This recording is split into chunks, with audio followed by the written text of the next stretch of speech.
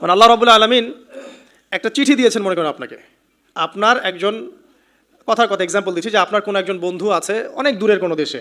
তা আপনি তাকে দেখেনও নাই, আপনি তাকে চিনেনও, মানে আপনি তার চেহারা দেখেন নাই, তাকে চিনেন না। তার সাথে যোগাযোগের মাধ্যম হচ্ছে আপনার চিঠি বা মেসেজ, ঠিক আছে? এখন সে আপনাকে কিছু মেসেজ পাঠালো। এই মেসেজের মধ্যে সে কিছু ইনস্ট্রাকশন দিয়েছে যে এইগুলো করতে হবে, এগুলো করতে হবে, বা আপনার প্রতি ভালোবাসার ইজহার করছে।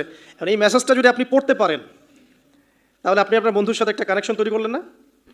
বুঝতে পারছি না? আচ্ছা, এখন সমস্যা হচ্ছে কি, আমরা ওই মেসেজটা পড়তেই পারি না। আমরা তো কোরআনটা পড়তেই জানি না, তাহলে মেসেজটা পাবো কীভাবে? আর যারা পড়তে জানি সেই ভাষাটা বুঝি না। এখন ওই বন্ধু মনে করেন চিঠি লিখেছে বাংলা ভাষায়, আর আপনি বাংলা পড়তে জানেন না, তাহলে কি পারবেন উপলব্ধি করতে তার মনের ভাব, সেই বন্ধুর আবেগ, ভালোবাসা, প্রেম আপনি কি উপলব্ধি করতে পারবেন? লিখেছে সে উর্দু দিয়ে বা ইংরেজিতে, আপনি ইংরেজি বোঝেন না, ইংরেজি লিখতে পারেন না, তাহলে কি আপনি তার চিঠি বুঝতে পারবেন?